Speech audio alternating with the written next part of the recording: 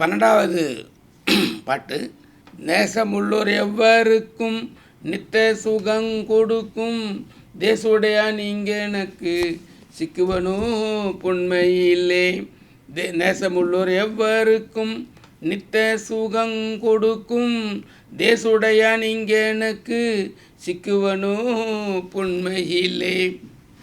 இதில் நேசம் அப்படிங்கிறது என்ன? அன்பு கருணை. அதான் அன்பு கருணைக்கு பேர் தான் பாசம் நட்பு அப்படி தான் வருது. சரி, அந்த மாதிரி ஒரு நாயனார் இருக்காங்களா? ரொம்ப நேசமாக ஒரு நாயனார் வேணும் இல்லை?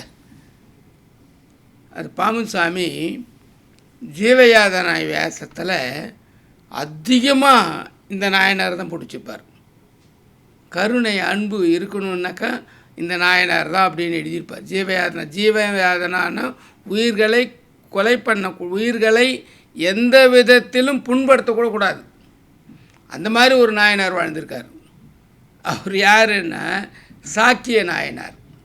மறவாது கல்லெறிந்த சாக்கியனுக்கும் அடியேன் அப்படின்னு சொல்லி சாமி அதில் ஜீவயாதன வேஷம் கிட்டத்தட்ட ஒரு 80 பக்கம் 90 பக்கத்தில் ஒரு 3 பக்கத்துக்கு ஒரு இடமாவது சாக்கிய நாயனார் வந்து நிற்கும். ஜீவயாதன வேஷம் புக்கை வாங்கி படித்து பாருங்கள். அவர் தான் இம்பார்ட்டன்ட் கொடுப்பார். அவர் மதம் வேறு, சாக்கிய மதம்.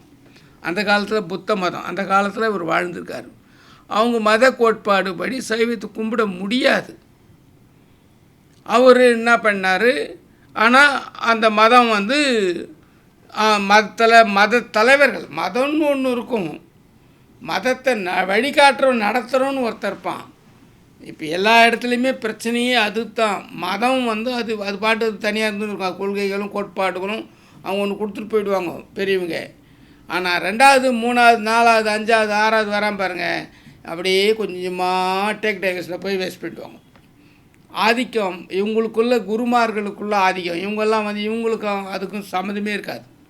இவங்க டேக் டைவர்ஷன் பண்ணுறது தான் நிறைய இருக்குது எல்லா மதத்துலேயுமே. அதில் அந்த சமயத்தில் சாக்கிய மதம் இங்கே தமிழ்நாட்டில் அதிகமாக கலட்டா பண்ணியிருக்காங்க. அதுதான் நடந்திருக்கு. நீங்கள் எங்கே வேணாலும் நீங்கள் கவனித்து பார்த்தீங்கன்னா ஆரம்பத்தில் அந்த மதம் நல்ல ஒரு கொள்கையோடு தான் வரும், கோட்பாடுகளோடு தான் வரும். இப்போ நம்ம எது செஞ்சாலும் எது நடத்தினாலும் எல்லாத்துலேயும் தப்பு போய்டும். இப்போ நான் இண்டூஸ் நாட் அலோடுன்னு போடுறான். எவ்வளோ பெரிய தவறுன்னு அவனுக்கு புரியல. எல்லாரும் அன்றைக்கி மதம் மாறி தான் இன்றைக்கி வந்திருக்காங்க. அன்றைக்கி சாக்கியராக இருந்தவங்க தான் திருஞான சம்பந்தரில் சைவராக வராங்க. இவரும் சாக்கிய முனிவர். இவர் மதமே மாற்றிக்கிடலை, மதம் அதே தான். சாக்கிய முனிவர், சாக்கிய நாயனார் தான் போட்டிருக்காங்க. 63 நாயன்மாரில் சாக்கிய நாயனார்னு ஒருத்தர் இருக்கார். அப்போ மதம் மாறலை, நல்லா கவனித்து பாருங்கள். அவர் அந்த இதில் வேடத்தில் இருந்துக்கிட்டே கொள்கையை பேலன்ஸ் பண்ணிட்டு வர்றார். இதில் அன்பு செலுத்துகிறார். இது நல்லா இருக்குது, அருவுரு வழிபாடு அப்படின்னு சொல்லிட்டு சிவலிங்கத்தை வழிபட்டுன்னு வர்றார். சிவலிங்கத்தை வழிபடும் பொழுது அதே போல் தான் திருநாவுக்கரசரும் சாக்கியம்தான். பாதிக்கு மேலே தான் சைவராக வர்றார். முதல்ல அவர் சாக்கிய மடத்துக்கு பள்ளி தலைவராக இருக்காருங்க. அப்புறமா தான் சாக்கிய மதத்துக்கு வராரு. அதெல்லாம் அவர் நல்ல சாதனை பண்ணுறாரு, நல்ல ரொம்ப ஹார்ட் ஒர்க் பண்ணுறாரு. அவர் 4வரில் வந்துடுறாரு, பன்னீர் திருமணில் வந்துடுறாரு. இவர் அதே மதத்தில் இருக்கார், அந்த அளவுக்கு ரொம்ப ரிஸ்க் எடுக்கலை. ஆனால் டெய்லி பக்தியாக கும்பிட்டு வந்துருக்காரு. அவர் கொள்கையும் மாற்றிக்கலை, அவர் வேடத்தையும் மாற்றிக்கலை. இவர் வேடத்தெல்லாம் மாற்றின்னு வந்துட்டார். திருநாவுக்கரசர் வேடத்தெல்லாம் மாற்றின்னு ஃபுல்லாக மாறி வந்துட்டார். ஆனால் சாக்கிய நாயனார் வேடத்தை மாற்றிக்கிடலை. அந்த குடும்பங்களோடு இருக்கும்போது அவங்களோட தான் வாழ்ந்தாகணும். வாழ்ந்துக்கின்னு சிவலிங்கத்தை வழிபட்டுருக்காரு. அப்போ டெய்லி என்ன பண்ணுவார்? இது அன்பே சிவம் அப்படிங்கிறது ஒரு கொள்கை. அதுதான் நம்ம இன்றைக்கி வரையும் பண்ணணும். இவர் பௌத்த வேடத்தை மாற்றாமல் அந்த அருவுரு வழிபாட்டே பண்ணிட்டு வரும்பொழுது டெய்லி கல் எடுத்து அவங்க பார்வையில் கல்லால் சிவலிங்கத்தை அடித்தாப்புல கணக்கு. இவருடைய மனசில் கல்லை பூவாக நினச்சி போடுறதா கணக்கு. நல்லா கவனித்து பார்த்துங்க. மனம்தான் அதில் பூஜை பண்ணுறது, மனம்தான். புற பார்வையில் கல் எடுத்து சிவலிங்கத்தை அடிக்கிறான். அவன் பார்ப்பா, கல் எடுத்து சிவலிங்கத்தை அடிக்கிறான், இவன் கரெக்டு தான், நம்ம மதத்து கொள்கைக்காரன் தான்ப்பா, சாக்கிய மதத்துக்காரங்க. சைவ மதத்தில் மனசுக்குள்ளே இவர் நினச்சிக்கிற சிவங்கிட்ட, சிவபெருமானே இந்த கல்லை நான் உனக்கு மலராக போடுறேன், நீ எடுத்துக்கோ, மலராக எடுத்துக்கோ. இதுதான் இவருடைய கொள்கை, வேறு ஒன்றும் கிடையாது. ஒரு நாள் இதுதான் பாம்பன் சாமி ஞான வாக்கியத்தில் எழுதுகிறாரு. நோக்க நிலைக்கில் பூக்கை வினையேன் அப்படின்னு எழுதுவார்.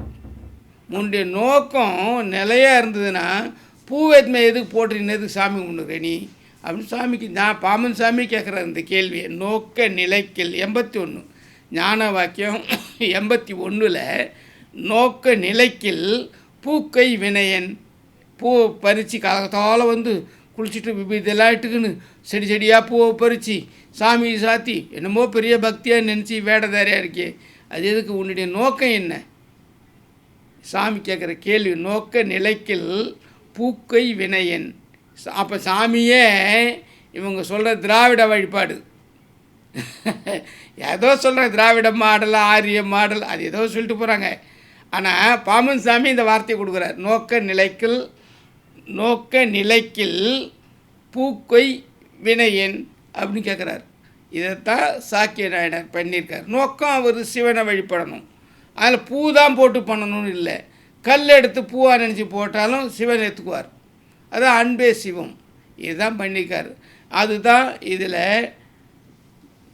பாட்டாக வரும் பொழுது, நேசமுள்ளோர் எவ்வருக்கும் நித்த சுகம் கொடுக்கும் தேசுடையான் இங்கெனக்கு சிக்குவனோ பொன்மையிலே அப்படின்ற வகையில் சாக்கிய நாயனார்னு ஒருத்தர் வந்து 63 நாயன்மார் ஒருத்தர் வந்துடுறார்.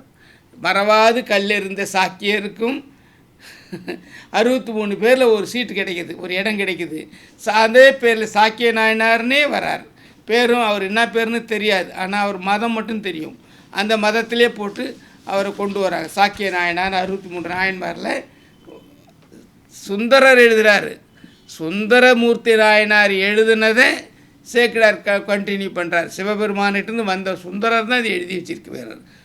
அது அப்புறம் இன்னொன்று பார்த்தீங்கன்னா, சாமியோட வரலாறு ஒன்று எடுத்து பாருங்களேன். அவர் ஏதோ தம்புச்செட்டி தெரு வராரு, வைத்தியநாத முரளி தெரு வராரு, குதிரை வண்டி ஏறிச்சு, கால் முறிஞ்சுது. அது 27/12/1923 டிசம்பர் மாதம் 1923 வருஷம் 27 காலில் முறிஞ்செடுத்து. அது எதில் முறிஞ்சு பாருங்கள், குதிரை வண்டியில். உடனே என்ன பண்ணான், அந்த குதிரை வண்டிக்காரனே அந்த வண்டியிலே போட்டு சாமி உடனேட்டு வந்துட்டான். மனசாட்சி உள்ளோம் இப்போல்லாம் அடிச்சுட்டா ஆக்சிடென்ட் பண்ண டக்குன்னு ஓடிடுறானுங்க. ஆனால் அப்போல்லாம் மனசாட்சி உள்ளவங்க இருந்தாங்க. குதிரை வண்டியிலே சாமி காலில் முறி வைக்கிறாரு. குதிரை வண்டியில் அவர் போட்டு இட்டுன்னு வர வைக்கிறார். இட்டுன்னு வந்து அட்மிட் பண்ணிடுறாங்க. அசோக சால வாசத்தில் சாமி அது எழுதுகிறார். குதிரை வண்டியில் இட்டுன்னு வந்து அட்மிட் பண்ணிட்டாங்க, இந்த மாதிரி 11வது வார்டில், மன்ட்ரோ வார்டில் அப்படி சொல்லி சாமி எழுதுகிறார். அதுக்கப்புறம் அதே பாட்டில் எழுதும்போது உதவல் புரிந்தவர்கள் வளர்கன்னு எழுதியிருக்கார். நீங்கள் நல்லா கவனித்து பாருங்கள் வார்த்தைகளை. உதவல் புரிந்தவர்கள் வளர்க. அப்போ அவருக்கு யாரெல்லாம் உதவல் புரிஞ்சாங்க? ஒரு பக்கம் டாக்டர் சிகிச்சை பண்ணுறாங்க, ரத்த போக்கு கட்டுவரத்து சரி பண்ணுறாங்க, மருத்துவத்துறையில் இருக்கவங்கெல்லாம் உதவி பண்ணுறாங்க, அவங்கெல்லாம் வளர்க. அவர் ஜோசியர் போய் படிக்கிறார், ஜோசியர்கள்லாம் வளர்க. அதெல்லாம் அந்த இடத்துல குதிரை வண்டியில் ஐஸ்வர்யா பாருங்கள், அவரும் வளர்க. அப்போ குதிரை வண்டிக்காரர் இன்றைக்கி நம்ம அடியார் பார்த்துருக்காங்க, கொருக்குப்பேட்டில் இருக்காங்க நம்ம அடியார் குடும்பம். அவர் வந்து போய் பார்த்துருக்காரு, அவங்ககிட்ட பேசியிருக்காங்க. அந்த குதிரை வண்டி குடும்ப வாரிசு இன்றைக்கி நல்ல வசதியாக நல்லா இருக்காங்க. இதெல்லாம் நீங்கள் தெரிஞ்சிக்க வேண்டிய விஷயம் என்னென்ன, நேசமுள்ளோர் எவ்வருக்கும் நித்த சுகம் கொடுக்கும் தேசுடையான் இங்கெனக்கு சிக்குவனோ பொன்மையிலே அப்படிங்கிற ஒரு விஷயந்தான்.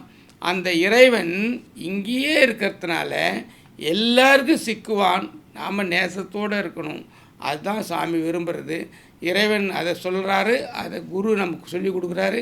எல்லாரும் அதை நீங்கள் பின்பற்றி வெற்றி பெறுமாறு அன்போடு கேட்டுக்கொள்கிறோம்.